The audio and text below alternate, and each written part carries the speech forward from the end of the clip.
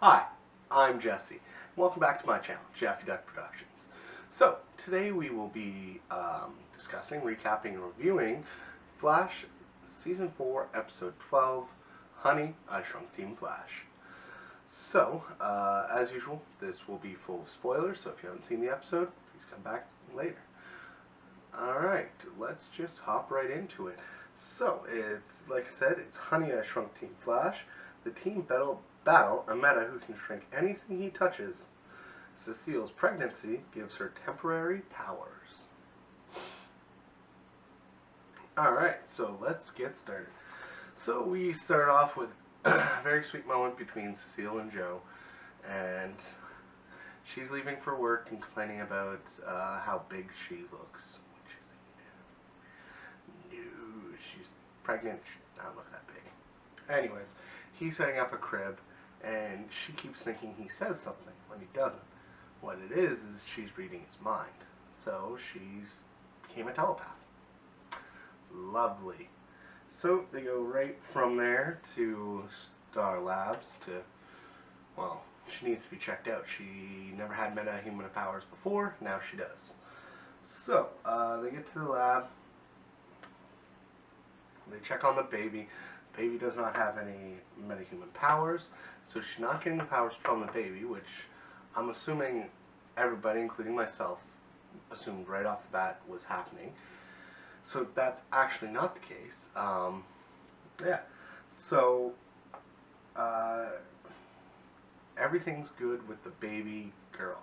Now, Caitlin doesn't say it out loud, but since she can read minds, Cecile realized it was a girl. And yeah, so that goes the whole reveal part. So yeah, they keep going past that, and apparently it is, it's some sort of latent dark matter in her brain that was affected when she got pregnant.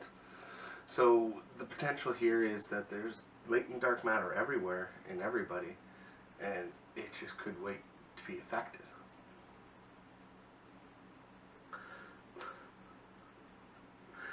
And so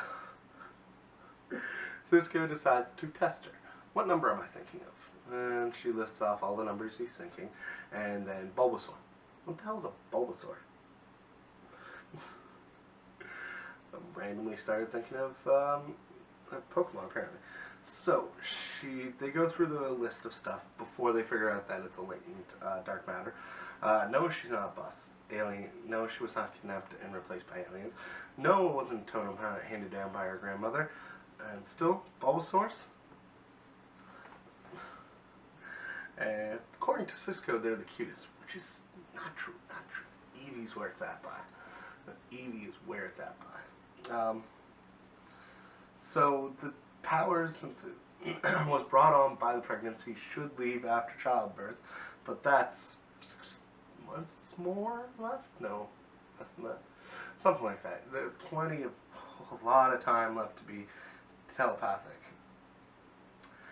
Alright, so we go past, and we go through that. Cecile and Joe go and do their thing, and we cut to Team Flash trying to figure out what they're going to do with Barry. Now, Harry seems to be going freaking insane, man. Like, he's kind of hopping everywhere, trying to figure out what's happening, having no luck. Hack faster to Cisco? No. Hack better? Hack faster. Not entirely sure. But definitely hack something. So, essentially, they've hit a roadblock, and Harry's not happy with that at all. So, from there we cut to Barry in prison. They're sitting around playing poker. Him, Big Sir, former Mayor Bellows, and maybe somebody else? I can't remember who the fourth person is. Anyways, so Barry won a lot of pudding. And reveals every time the camera looks away from him that he goes super speed, checks, no, not just checks everybody's cards, but straight up rigs a hand. So this is all happening, and he rigs a hand for Big Sir and gives him a royal flush. Jesus. Then Mayor Bellows is being an ass and pisses off Big Sir. Big Sir walks away, and Barry finds out why Big Sir was put in prison. So what it is Big Sir was arrested for breaking and entering and then killing a security guard with a gun that seemed to be matched to his. Barry, of course, was like, well, this doesn't seem right, this gun, blah, blah, blah, blah, blah. Big Sir tells him not to look into it. Well, of course, Barry's going to look into it. Barry automatically calls his friends at Star Labs. Can you do me this favor? Yeah, so Big Sir was just in the wrong place at the wrong time. It wasn't like a frame job or anything.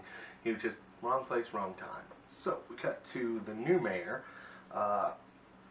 They're opening a brand new building by Ted Cord Industries with top of the line security. A couple of jokes like laser beams that won't freeze, and super speed detect, stuff like that. Just like a couple metas we've seen, and well, Captain Cold. So some interesting facts that got revealed by the mayor in this speech is that tech companies are robbed about 30 times national average, and it's second only to Star City. So this is a place with metas, and this is what the metas do, apparently, is rob tech companies. Anyways,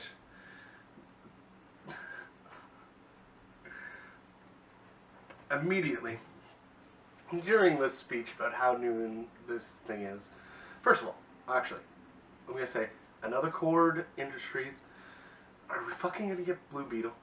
Please let us get Blue Beetle, a hint of Blue Beetle, something. More than just cord, like, blah. Sorry, rant done. So, what it is,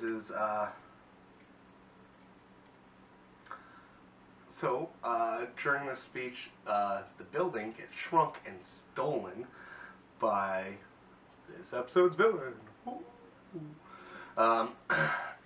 Gets shrunk and stolen, and during literally the mayor at the end of the speech, without anybody there, she says, "I hate this city." Well, screw you too, mayor. Like, screw you too. That's just, you're a horrible person. A horrible mayor. So, cut back to Star Labs. They're dealing with the shrinking meta, and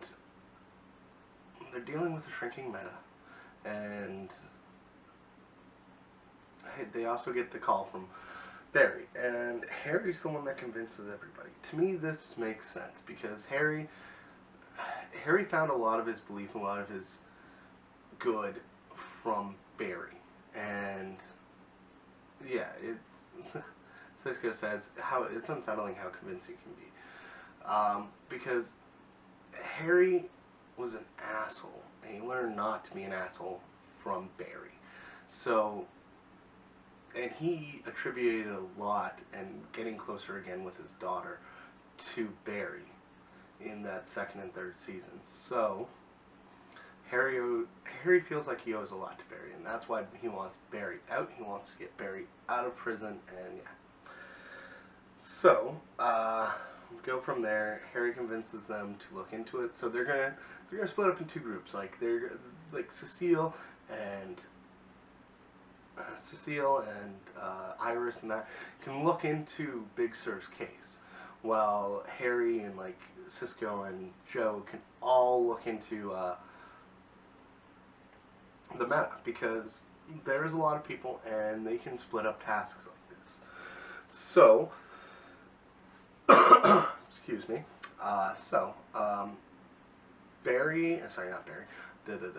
Joe, Dibney, and Cisco all go to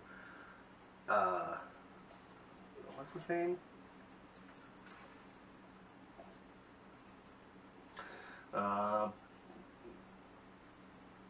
something Rundon. Anyways, his name is Burt Rundon. The bet between Ralph and Cisco. Cisco lost. Ralph thought he said his nickname would be Bird or Birdie, and said Burt. Anyways, he has shrinking powers, so they get into his apartment.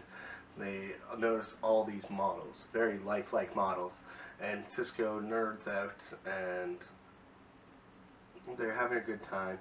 Then Joe sees a picture of Rundon, Burt, 15 years ago. 15 years ago, he looked a lot like Big Sir. They're both a little slimmer, but Rundon was jacked, bald, and yeah, liked to wear a long coat. So they figure out pretty quickly, and when Joe literally asks, "Hey, do you know blah blah blah break-in 15 years ago? Where were you that day?" And well, the guy runs. So let's face it, he's thing. So he escapes, but they tell Barry. He escapes by shrinking Cisco and Ralph. They tell Barry that they found the guy already. So, return to prison, and Barry tells Big Sir about it, and Big Sir says there's no hope in prison. Barry asks, "Did you get that line from Shawshank?" And Big Sir's like, "No, I got that from living in prison." And it's kind of funny. I'm really enjoying the guy that plays Big Sir on this episode. I'm really appreciating it. He's very, very fun. Let's see, I'm looking up his name here. It's Bill Goldberg. So, Big Sir's played by a guy named Bill Goldberg. He is Goldberg, the wrestler. I honestly don't think I've ever heard of him, which is weird because, well, he was right around the time I was watching wrestling as a kid. So, anyways, yeah, let's move on. Anyways, yeah, he as Big Sir I've been loving it the past few episodes. It really works. I like it.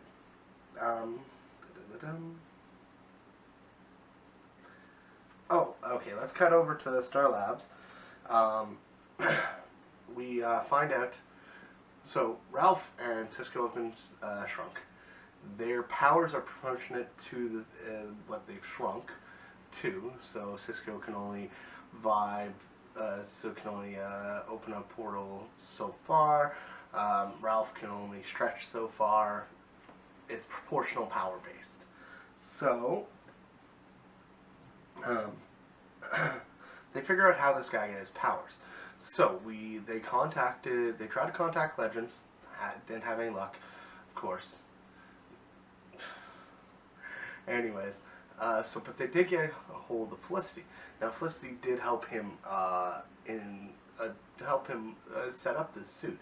So she knew that the way Ray used his powers. Sorry, we're talking about Ray the Atom, Ray Palmer. Ray Palmer. So she helped him set up his suit. So she knows that it's used Dwarf Star alloy to power it, and that's how he uses to shrink stuff. So since he used Dwarf Star alloy, and it turns out that some of that was stolen, just before the bus metas were created. If, say, somebody came on the bus with some Dwarf Star alloy and got hit by black matter plus Dwarf Star alloy equals shrinking powers.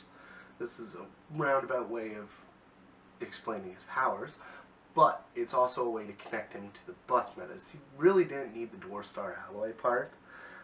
Anyways, so they decide to call him, Cisco, of course, decides to call him Dwarf Star, which is cool. And it is a throwback to the comics. He is a classic Atom villain. So, yeah, I kind of wish he would have shown up on Legends, so, Atom can actually have a villain for himself. So, of course, they're wandering around Star Labs, and Cisco and Ralph were trying to keep up because, well, they're tiny. Cisco vibes across, and I guess Ralph was walking, gets stepped on by Iris, and He's like, I'm a gumshoe, not gum on a shoe. I love the puns. I will not get tired of these puns. Thank you, Ralph. So, near the end of this little scene, after the gumshoe joke, they all go do their own things. I honestly can't remember, did not write it down. Harry makes an absolute terrible joke, well, with no scientists in the room, about Dr. Palmer and naming stuff. Yeah, that's not surprising. Ray is kind of adult. Still love him. Still love Ray Palmer, though. So yeah, he makes a joke, then wanders off. Cecile and Joe are like, Cecile's reading Joe's mind, and they're having a little bit of trouble, so Iris recommends that she go see the counselor that her and Barry have been seeing. Poor Dr. Finkel. Oh my god, that poor woman. Now, I've heard a lot of complaints about these things. I got more of a chuckle out of this one than I did with Barry or Iris ever going to see her, but it's not a good thing to know what your therapist is thinking exactly. So yeah, that just got awkward, and then she realized Joe's freaking out a bit and starts thinking about pink elephants. He uses pink elephants as a mental block. Oh wait, is that a Winnie the Pooh joke? Because that's actually a thing. Like, maybe. You know what? I'm gonna look that up. Ah, that's what it is. It's not a Winnie the Pooh joke. It's actually a Dumbo reference. I believe it's when Dumbo got drunk by accident, and he's picturing the pink elephants playing the trombones in that, and wow, wow, way to go, Joe. That's like if that was intended, that is a deep cut joke. Wow. So, Barry promised Big Sur, and that's a big thing. He's given Big Sur hope. His father got out after 17 years. Big Sur starts hoping. So I believe at this time as well, the warden confronts Barry. Nope, sorry. I'm getting ahead of myself. Let's go back over to Star Labs. Now, back at Star Labs, Harry's still making fun of, keeps making fun of Ray, and something about amateur schematics, and so what they've done is they put Cisco and Ralph originally in the hamster cage.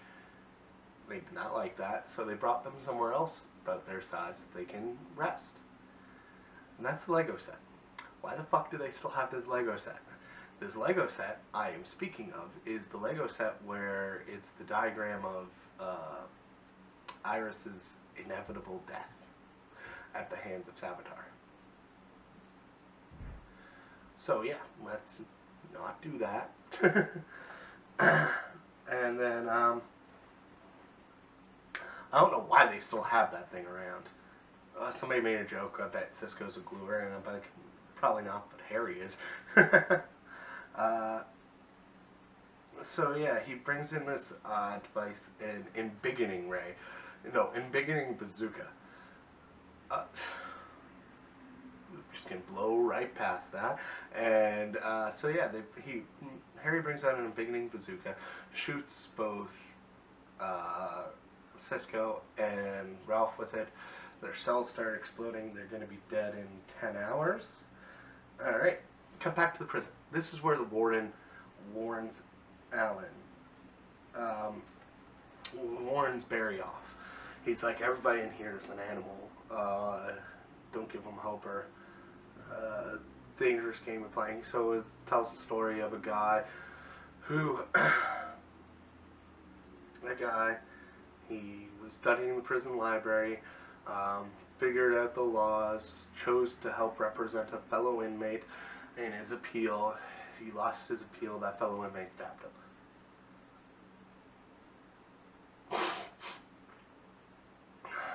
So, so yeah, the warden's like, these people are animals, you gotta be careful. So Barry, well, Barry's still gonna do what Barry does, and the warden, kind of an asshole for this. So it goes to Cecile and Iris having a sit down, and Iris is like, you know my father, and it's not so much what he's thinking, it's what he's feeling. You gotta figure out how he's feeling. So we cut to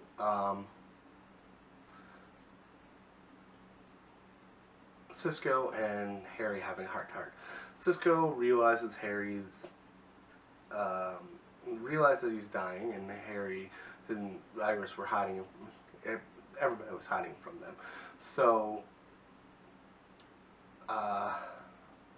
Harry and Cisco have a heart-to-heart. Harry's freaking out because DeVoe is smarter. He can't figure out what DeVoe is planning, and that is starting to freak him out. He is a very smart man, and yeah, and DeVoe's smarter and smarter and smarter still, and this is freaking him out.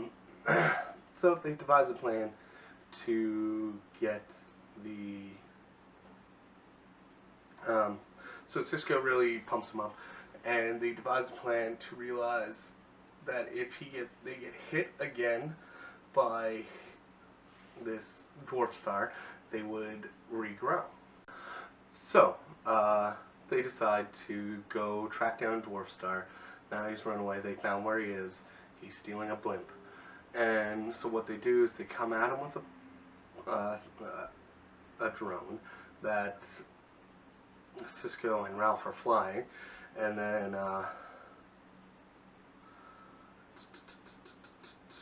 Iris and Caitlin and I honestly can't remember. Anyways, whole team's there. Drive in. Yeah, it's Iris. They drive in with a van. They plan on him shrinking the van, but what he does is he's actually got a bunch of cars in his pocket.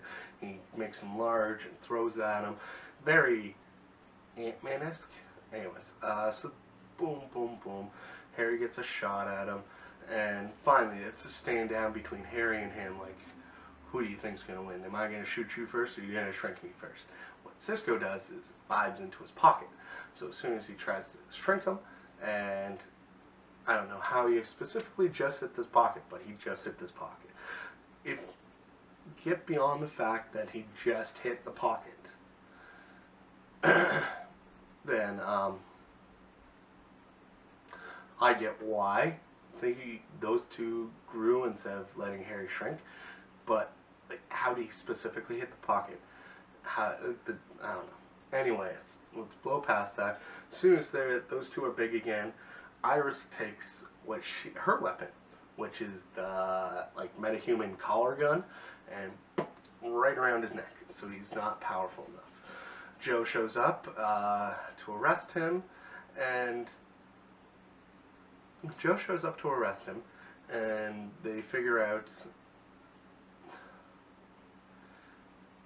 the guy figures out what they're trying to do by getting his confession, and he doesn't give it to him. So he refuses to confess. Now at this point it's evidence, and it's a 15-year-old case and might not get it. So he's an asshole about it.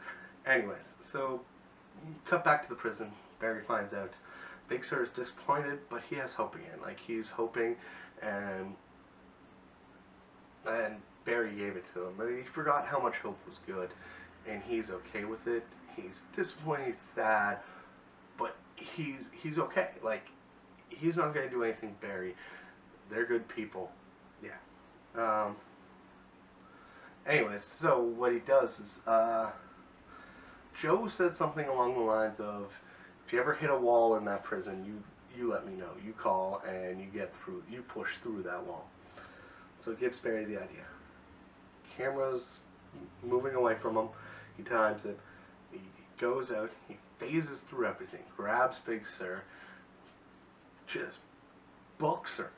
and gets him to this little town in China they were talking about, and leaves him with a note. Sometimes movie endings happen. That's great. Like, that's just, it's heartfelt. It's like, it's Shawshank, and like, it's the,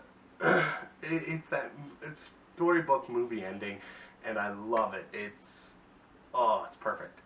Anyways, well, at least for Big Sir, and Big Sir deserved it. This is the kind of man that not only endeared himself to Barry's father, but endeared himself to Barry all alone by himself. So, this is a man that was falsely imprisoned for 15 years. He deserves it. Anyways, so we cut back to. Oh yeah, another note I had is it looks like he called in a favor with the Flash, because everybody knows the Flash is good with the police. If he has a connection with the police force, he might have been able to get this done. So it doesn't look too weird if the Flash did it. So we cut back to Cecile and Joe. This is going to wrap it up here. So Cecile and Joe, they're having a heart-to-heart. Joe doesn't want her to hear his scared and dumb thoughts. Cecile doesn't matter, so Cecile goes on a rant about, like, not so much a rant, but like lists off all the stuff like she just doesn't think, like, say out loud, like stuff that freaks her out. Like, everybody has that internal little blah blah blah blah blah blah blah blah, just those scared little thoughts inside their head, and she kind of just blurts them out for Joe to hear. So do you think, and she's asked, do you think any less of me? Joe's like, no. Well, I don't think any less of you for yours. So we can deal with this. And they're very sweet together, and I love you is his most common thought when he looks at her. So that's great. Cut to Star Labs. They're still like, they're glad that they got all this done. Disappointed that they couldn't help Barry. And they're discussing, here's the big thing, they're discussing that this is a great coincidence, that specifically alright, how do I put this? A man who committed a crime 15 years ago gets metahuman powers on the bus that was set up by DeVoe. And this guy was also got away with this crime 15 years ago and got another person put in jail falsely for it, and then was falsely put in jail for it. And this person was friends with Barry Allen's father, and then now is a friend of Barry Allen's. The coincidences there are massive, and it could lead into the second part of this. Alright, so we cut to the prison. Barry's confronted by the warden. He just finished eating a pudding, and the warden's like, did you know that the oscillating cameras aren't the only cameras in this section? What? He put a camera behind or on the exit sign, pointed directly at Barry's cell. This camera reveals the lightning trail from the Flash. This reveals that Barry Allen is the Flash. The warden drugged his fucking pudding and put him in a metahuman cell. And then calls Blacksmith. He has a big fish for her. That's right. The warden's working for Blacksmith. Blacksmith occasionally works for DeVoe. Does DeVoe want Barry handed over to him? He could have caught Barry in many different ways, but this way specifically, I'm not sure what's going on there. I don't know if this was DeVoe's plan, or if this was just something else. Alright, I guess we'll find out in the next few episodes. Anyways, I really enjoyed a lot of this episode, and I was kind of bored by other stuff. Everything to do with in the prison, Barry and Big Sir and all that, it's very like, this is what the Flash would do. This is very thought out. definitely like that. So I would give this episode it's very solid. It's middle of the road. To me, it's a very solid 3 out of 5 lightning bolts. So yeah. As always, I would love to hear your comments, hear your thoughts on the episode in the comments down below. Like, subscribe, do all the fun stuff. Alright, love you guys. See you later.